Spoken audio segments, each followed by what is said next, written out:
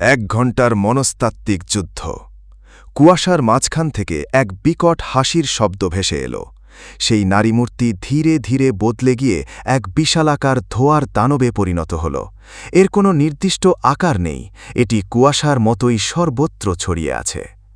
আমি তোমার স্মৃতি দিয়েই তোমাকে মারব সামির, দানবটি গর্জন করল। সামির দেখল তার চারপাশটা বদলে যাচ্ছে। সে এখন আর টাওয়ারে নেই, সে ফিরে গেছে সেই পুরনো দিনের ডিনার টেবিলে।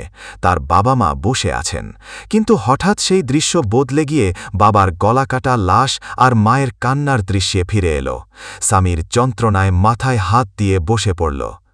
মায়া আর ঈশান তখন পুরোপুরি স্মৃতি হারিয়ে একে অপরের দিকে তলোয়ার উঁচিয়ে ধরেছে। তারা কেউ কাউকে চিনতে পারছে না। সামির চিৎকার করে উঠল, তুষার, কিছু একটা করো! তুষার তার এলিমেন্টাল হারমোনি শক্তি ব্যবহার করল। সে এবার শুধু আগুন বা বরফ নয়, সে বাতাসের কম্পন নিয়ন্ত্রণ করতে শুরু করল। তুষার এক দীর্ঘ গর্জন করল, যা কুয়াশার অণুগুলোকে কাঁপিয়ে দিল। সেই গর্জনে এক ধরনের পবিত্র সুর ছিল, যা সামিরের মনের অন্ধকার মেঘগুলো সরিয়ে দিল। সামির উঠে দাঁড়াল। সে তার বাবার সেই তলোয়ার আর আদিত্যর বিদ্যুতের তলোয়ার দুটোই একসাথে ধরল। আমার স্মৃতিগুলো আমার দুর্বলতা নয়, এগুলোই আমার শক্তি। তুমি আমার মা বাবার স্মৃতি অপবিত্র করেছ, তার জন্য তোমাকে শেষ হতে হবে। সামির দুই তলোয়ার দিয়ে এক বিশাল এক্স আকৃতির আঘাত করল। নীল বিদ্যুৎ আর কালো ছায়া মিলে এক অভাবনীয় শক্তির জন্ম দিল। সেই শক্তির প্রভাবে পুরো 7 নম্বর তলার কুয়াশা পুড়তে শুরু করল। স্মৃতিভক্ষকের পতন এবং নতুন সংকেত। কুয়াশার দানবটি আর্তচিৎকার করে মিলিয়ে যেতে লাগল। কুয়াশা পরিষ্কার হতেই মায়া আর ঈশান নিজেদের স্মৃতি ফিরে পেল। তারা হাঁপাতে হাঁপাতে সামিরের কাছে এল।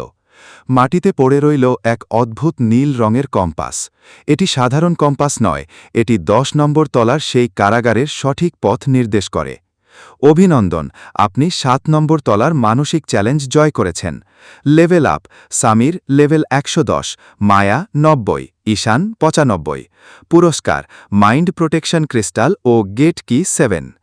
সামির কম্পাসটি হাতে নিয়ে দেখল সেটি ওপরের দিকে সংকেত দিচ্ছে, কিন্তু 8 নম্বর তলা থেকে পরিস্থিতি আরও বদলে যাবে, কারণ সেখানে যাওয়ার আগে তাদের পার হতে হবে ড্রাগনদের মরুভূমি, যেখানে আকাশ থেকে লাভার বদলে অ্যাসিড বৃষ্টি হয়। সামির মায়ার দিকে তাকিয়ে বলল, মায়া, ঈশান, তোমরা চাইলে নিচে ফিরে যেতে পারো। 7 নম্বর তলার কুয়াশা আমাদের মনে করিয়ে দিয়েছে যে এই যাত্রা কতটা ভয়ঙ্কর হতে পারে। আমি চাই না তোমাদের আরও বিপদ হোক। মায়া সামিরের হাত ধরে বলল, আপনার মা আমারও কেউ হন, আমরা শেষ পর্যন্ত থাকব। তুষার সামিরের কাঁধে লাফিয়ে উঠে তার গা চাটতে লাগল। সামির বুঝতে পারল সে একাকী কোনো চ্যালেঞ্জার নয়, সে এখন একটি দলের নেতা। তারা যখন 8 নম্বর তলার পোর্টালে পা দিল, তখন তারা জানত না যে সেখানে তাদের জন্য এক পুরনো শত্রু অপেক্ষা করছে, যাকে তারা অনেক আগেই মৃত বলে ভেবেছিল।